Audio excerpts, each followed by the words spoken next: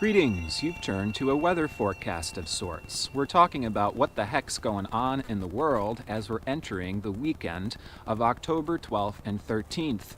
This is being recorded the morning of the 10th. Now this weekend we have a full moon in the sign of Aries, the warrior. And this full moon is going to be one of those trigger points that is catalyzing the changes and the transformation that is taking us through the next several years as our world is about to go through an overhaul, a complete transformation, and there is going to be a fundamental restructuring of which we can be definitely catching a good look at these days. Now, the sun is in the sign of Libra. And Libra season is when we are in the midst of the extremes of winter and summer. We have the Earth's equator facing the sun's incoming rays. We have a balance of night and day. And this year we also have the sun transiting Libra, marking the halfway point between eclipse seasons. Our last eclipses were in July, and we'll have forthcoming eclipses this coming winter time.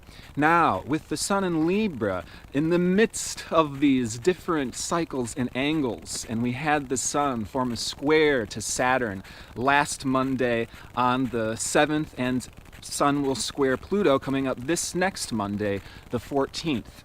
And so there can definitely be this tension, this pinch, where Libra has so much to do with creativity, sharing, and again, this balance. Well, we can really be experiencing this theme of spinning so many plates on so many different sticks.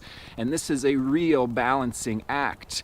In fact, we can really feel being pulled in these different directions at this time as we are seeking balance. In particular, the Cardinal cross, Aries Libra, being pulled in self and other, how to have this balance in relationships. Cancer Capricorn, our work and duties in society, what's paying the bills, what's providing physical security versus how we feel on the inside, whether we feel safe in our relationships, safe in our immediate environment, whether we are emotionally fulfilled by the work that we are doing. So absolutely, at this time, there can be an intensity. This is an intense full moon. This is a potent time of change. And so in these videos, we're talking about the macrocosm. We're talking about what's going on in the whole world at large. This is a period of transformation. And we can also be really looking at relationships, how we are showing up and sharing ourselves with others. And this does play out in, the global diplomatic political sphere. There's going to be a lot of tension and a lot of attempts for collaboration and peacemaking, so on and so forth. And in a certain respect, we can be in our own personal lives, reinventing ourselves, how we are showing up in the world, how we are showing up in our connections. And this reinvention is largely taking place from the inside out, with the moon's north node transiting Cancer this year. I have been extremely redundant with conceptualizations of the inner child, the need to be so graceful and flexible and like our own divine mother to ourselves. We want to be conceptualizing our own angelic beings, allowing for this transformation, this cocooning and breaking out of the cocoon. This is not always a comfortable process, and we have to be as gentle, as nourishing with ourselves as we're going through that claustrophobia of the birth canal, as we're going through these tunnels where there can be unexpected bumps, where there can be little triggers, little projections, and we'll talk about how all of these things can be in the service of our transformation, but that does not necessarily mean that this is just the most fun, period on this planet at this time, and that's okay. We don't have to always be 100% on top of the game, 100% happy, 100% positive. This is another redundant fact that I keep circulating as we live in a world that is really psychologically unhealthy, and we need to embrace the fact that the full spectrum of emotions and the full spectrum of human experience is what invites and allows for us to transform, learn, and grow throughout time. So none of these things are just punishment or a sign of failure, or there being necessarily easy, quick solutions that are going to put that permanent smile on our face as if that were possible living in a human body anyways. You could say we're all learning through relationship at this time. You could say that nobody really has relationship totally nailed down and perfect. And I would say that's a rather realistic and accurate depiction of where we are in our current day and age, our human history, our long outstanding traditions in terms of marriage, relationship, why we come together, what that looks like, the relationship of men and women, these gender stigmas, etc. You know, this is where a lot of revolution and transformation is taking place at this time. So no single person can really be blamed for the amounts that we are witnessing and processing in the world. That is not an excuse to enable or sacrifice ourselves to abusive situations or abusive relationships, but there is just so much up at this time. We really can't sidestep into that oversimplistic black and white blame game, which oftentimes serves as a distraction or an interference to the necessary work and the necessary changes we need to bring about in order to step forward in the future. Really great example and reflection of this is, of course, the world of politics, where there's so much misinformation, there's so much angry, frustrated, reactive, and blaming energy. This in and of itself is defeating, it is crippling, and it gets in the way of progress. So we do need to be learning how to be working together in some way. And I know that can be easier said than done. I know this is not being served on a silver platter. We may not have that ideal sense of this is the right group, these are the right people, I feel totally together, I feel totally satiated. And at the same time, through the exploration, through confronting the lack or the void, or what's missing, by again tuning in to our inner child, what our emotional core is informing us of through our own feelings, like a compass, can direct us forward. Coming up this week in the 12th, Venus is now in the sign of Scorpio, opposite to Uranus. And we're really getting an objective reflection of our real values and how we are embodying them in our actual lives. Whether we are actually sharing them, our values, our real values, in our partnerships, or isolated because of them, or because we are isolated due to trying to fit a mold or a group that does not necessarily reflect back our deeper values, our deeper truth. So indeed, this is a period of adjustment, and I'm going to get more into the details of this full moon, which can definitely be a bit of a sharp and a triggering full moon. To be totally honest, this is a feeler. This is a reactive full moon, and again, we should be watching what's going on in the world these days, because this type of trigger effect can be catalyzing the dominoes that will be cascading into this transformation that has already built up so much momentum. It is almost inevitable that this transformation, these changes are taking place. And as they're taking place, it's like, we are just the phone operators connecting the different dots. We're the construction crew running in with different materials to make sure this project gets carried through to the end, even though it kind of can be a bit exciting. It can really be bringing up some deep insecurities. This can be nervous system overload. This can be emotional overwhelm. And again, we have to balance out what we are confronting, experiencing from the world at large, from what's getting reflected back from other people at this time, we must set a priority to process. Otherwise, this can ever so easily lead to an emotional breakdown, a mental breakdown, and our nervous system and our body gets really taxed when we don't create the time to really get down into what's really going on in ourselves, in our hearts, in our real life. And there is a wonderful opportunity to see with a real depth, to have this honesty, this transparency, where we can really see what's going on deeply, how all these themes are interconnected, why we have the good, the bad, the ugly in our life, why we have good, bad, ugly feelings in our body, why we've experienced the themes that we have, and how they're connected to the overall collective experience, the story of humanity, the story of the world.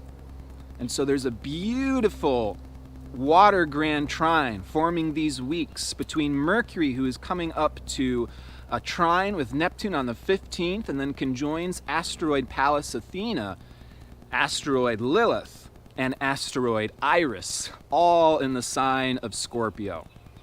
This is really an opportunity to peer into, to have the downloads, the understandings, and the conversations in a deep, real, intimate way that is learning and sharing and discovering the real underbelly, again, of this deeper story, how we fit into the world. This is an excellent time for oracular consultation, which is not something you always hear me say, but this is really the wisdom of the deep divine feminine. And we can really be tuning into that deep, mysterious, mind-blowing feminine wisdom. And this is the wisdom that comes from down below, or comes from the water waves, or comes from our psychic sensitivity, which is not just a made-up idea. These are all real connections in our consciousness. But admittedly, I am no expert on the divine feminine. This is mysterious, this is deep, this is beyond me, and I wish you all the best in exploring it. I mean, this is a magical, mystical season. As we continue through October and enter more and more into Scorpio, it is as if the veil is thinning, and those on the other side are dialing us up. And so much of this unearthing, this revelation, and the triggers that can be coming up these weeks can be catalyzing a deep emotional introspection. And this is excellent. This is a wonderful opportunity, even if it may feel or seem or look kind of scary, kind of unnerving, kind of overwhelming. You know, this is us getting to the bottom of the barrel, and it's inevitably empowering. It's inevitably disclosing to what's going on actually beneath the surface, so that way we can step up and cause the changes that we need to return to that divine feminine, to return to the earth, our body's nature, what really matters the most. There is an overall theme of returning to safety. Do we even know what it is like to experience a safe family in this day and age? I certainly can tell you, having counseled many hundreds of clients, that this is not a common phenomenon in this day and age. So we're really unearthing why, where does it come from, where's the history of this, and how can we get to this thing that we may have previously never seen or understood or had role models or examples of. So this is a beautiful grand trine between that Mercury, Neptune in Pisces, the moon's north node in Cancer. And the more we can get down, the more we can get real, the more that we can tune in, this can be mind-blowingly mystical, just how deep and just how interconnected everything truly is. The truth is, so many souls on the planet at this time have carried for lifetimes what may be so much grief. And there may not have been the calm environment or the space or time to recognize that which we have been carrying deeply within us not even last lifetimes, but this lifetime, going all the way to the past, all the way back to childhood. Beginning from age 1, we learn to cope with our emotions, what mom and dad likes or doesn't like, and we begin to fill that storehouse of our unconscious with suppressed emotions and suppressed feelings. And it's almost as if we care, this ball and chain behind us. And therefore, again, the triggers, even the reactions, they can serve as a gateway to access the storehouse, to begin to emote. And we need to learn how to mourn. We need to learn how to grieve in this world, in this culture.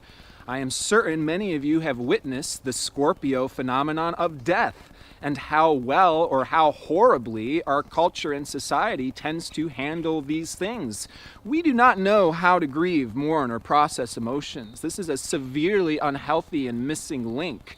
And so again, we cannot just compare ourselves to others or how happy they are, as it's such a superficial way of measuring. And of course, we even need to be discerning when we're looking out there in the New Age world, because we may want to consider the fact that there are sociopaths out there leading entire groups of people, calling themselves enlightened and always happy, and we may want to look twice at those things. So again, this is a powerful full moon in Aries, square to Saturn, square to Pluto, triggering a lot of transformation, a lot of catalysts. Mars has been opposite to Chiron, the ruler of this full moon. So this is a sharp, it's intense, it's a full moon that can be triggering so many different dynamics, and those dynamics can be very active, very much moving around, and it's almost like, bringing the sword to the blacksmith and heating that sword up so that way it can be shaped. We must be slow. We must remember to breathe, not take things overly personally, not declare too many wars too instinctfully. This is certainly a political uprising full moon. This is a full moon, I'll admit, where there can be crying and anger almost simultaneously, rebellion catalyzing upheaval, and there's this deep frustration at the injustices of the world. The same old bullshit, the same old story, oppressors at the top, people getting manipulated at the bottom. Gender stigmas is a huge theme with this full moon. The difference of bodies, physiological orientation, and all of this ridiculous gender stigmas coming from a society and world that has been lost, disconnected from nature, absorbed in patriarchal, man-made religions and man-made rules and man-made hierarchies. And you know what this has made? The mechanical man, a lost, crippled, disconnected from their own essence, and therefore governed by his own reptile drive, being his only source of polluted nourishment. That's the mechanical man, partnered with the identityless women who must depend on her mechanical man for value and for success, these ridiculous societal gender stigmas, so on and so forth. The founder of evolutionary astrology liked to typecast these gender stigmas as Betty Crocker and the Marlboro Man, and it's perfectly where we find ourselves still, where there's all of these role models, and do they really encourage us to be our full selves? Venus opposite to Uranus. This is a period of liberating our true whole selves. And in truth, men are a lot more feminine and women are a lot more masculine than we have been culturally taught and constructed to believe. I mean, even this blue and pink, if you're a boy or you're a girl, is a rather recent cultural development that came about in the last several decades due to capitalism and toy companies wanting to sell their products. And now we live in these identities, we live in these molds. And absolutely at this time we can be waking up to what those molds are. We're sick of it. And by harnessing the energy, allowing for the mourning and the grieving to happen first, before we get swept off our feet on the energy of crusadum and declaring war and screw all these people and they're responsible for destroying the earth, we have to be centered ourselves. By being centered, we orient our energy to what's actually beneficial. Because again, looking out there in the world of politics, there is just innumerable senseless battles and debates, and we seem to want to declare war when people possess a different philosophy or belief system than us, and this is a huge waste of time. People usually don't change their minds or have eureka moments go off in these types of battles and these types of fights and these types of senseless debates. So we must return to our own sensibility as the number one priority. Then we may be qualified to recognize the necessary work, being informed from the inside out. Our inner child holds the compass of what we need, and at this time we have to recognize that these outer forces, the government, the systems, the structures, this is a time of recognizing that we cannot simply just conform to these things or expect them to be the final say or the ultimate authority at the end of the day. These are weak, ancient sort of whispers of the past that are giving their last hurrah in this final vomit, while we're recognizing and viewing, wow, that's really sick and that's really unhealthy. And so we make sure we don't repeat these mistakes again. That's where we find ourselves at the planet at this time. That's where we even may find ourselves in our own microcosmic personal sphere at this time. And it's not a sign or a symptom that we are in the wrong place, that it's not finished right now. Rather, this can be giving us a swift push into recognizing what is the work, what's the right work versus what's wasting our time. How can we reprioritize in a way to return to our souls, to return to humanity, to return to nature? So we are coming out of this haunted house, humanity. We're coming out of this haunted house way of living that's empty, scary, like a nightmare, like a bad dream. But as we are changing this cycle, things tend to culminate. They really build up. We see those ghosts with crystal clarity. We see those little demons. And I don't mean that there are actual beings and demonic entities that are possessing us. These are the facets of our own psychology, of our own nature, of our own selves. The world is like a mirror that holds up a reflection to these dynamics in ourselves, except inflates and exaggerates different parts. So we're not totally separate from everything that's going out there, but we can certainly see, recognize, and learn from what's going on. So I thank you for listening, for tuning in, for offering your own reflections. But I'm going to mention some quick last-minute astrology for those who may be interested with some asteroids, okay? Mars with asteroid Hidalgo in Libra is very much a fighting for justice. And Hidalgo was a wartime general. And so absolutely, there's this justice, fighting for what's right. No, we're not just going to wait. No, we're not just going to take it anymore. You're going to have to meet us. You're going to have to meet our demands. And can we meet each other is a bit of that Hidalgo. We have asteroid Proserpina, Persephone, conjoined Uranus and Taurus. This can even be bringing up these deep themes of healing trauma, regeneration in the body, letting what's old go, letting it purge out, let it be released in order to clear this space for extra awareness and consciousness to be brought in. Asteroid Ceres coming up to Jupiter October 25th can be this opportunity for us to rediscover our deepest inner selves, that inner child, by opening up, by going on adventures, by doing things that we haven't done before, by returning to that sense that the world is big, that there are discoveries just waiting to be found. There are exotic places and new, teachings and new teachers out there waiting to be found. And again, we can really be directed from the inside out via this compass. Our own inner child is like the face of our soul, eternally youthful, eternally excited, eternally curious, eternally adventurous. That's a real light at the end of the tunnel. We can be breathing in these weeks while we're taking with a grain of salt all of the tension and almost the mechanical heaviness that's going out there in the world at this time. I will mention asteroid Lucifer is coming up to the moon's north node in Cancer these coming months. Again, this is a time where we can really be processing emotions and recognizing the depth of our need for emotional care.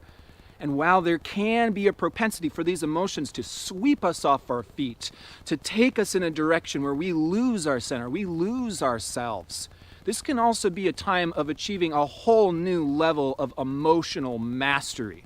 Being able to go into the dark, go into the depth of our own souls with a sense of courage, with a sense of knowing that we are souls, we are eternal. The world is changing as our own collective evolutionary journey invites for us to improve and develop throughout time. But throughout all of these experiences, even our own emotional processing, even when it is so heavy, even when it is heartbreaking grief, that can, in fact, be one of the most beautiful, liberating, spiritual, medicinal, and transformative experiences that a soul can have.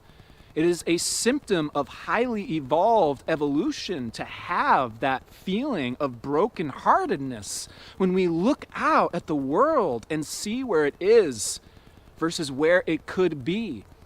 And as we are allowing ourselves to truly feel this in its depth, we can be that masterful angelic being that is holding the container, that is holding the space for ourselves by allowing ourselves to feel safer than we've ever felt. You are safe to grieve. You are safe to have these overwhelming emotions. You've got this. Just breathe. And with every breath, new, fresh energy is coming in. And old stuff's getting let go. And so all we have to do is breathe, and we're supporting ourselves. We're holding ourselves as we make it through this passageway. So again, wishing absolutely all the best to yourself, to your beloveds. For those who appreciate and would like to support these videos, you can subscribe to my Patreon page for some extra goodies. One last quick mention, I'll be promoting this more and more as the year goes on, but we're having an astrological convention in Costa Rica, May of 2020. These are intense times going on in our world. It's going to be absolutely wonderful to get a little bit of a break, to meet like minds in a beautiful location, and to recommune with our souls, to learn astrology with our own soul family, and have fun and celebrate at the same time. May we all find those breaths of fresh air. May we all find those pockets that we can fill up with the remembrance of who we deeply are.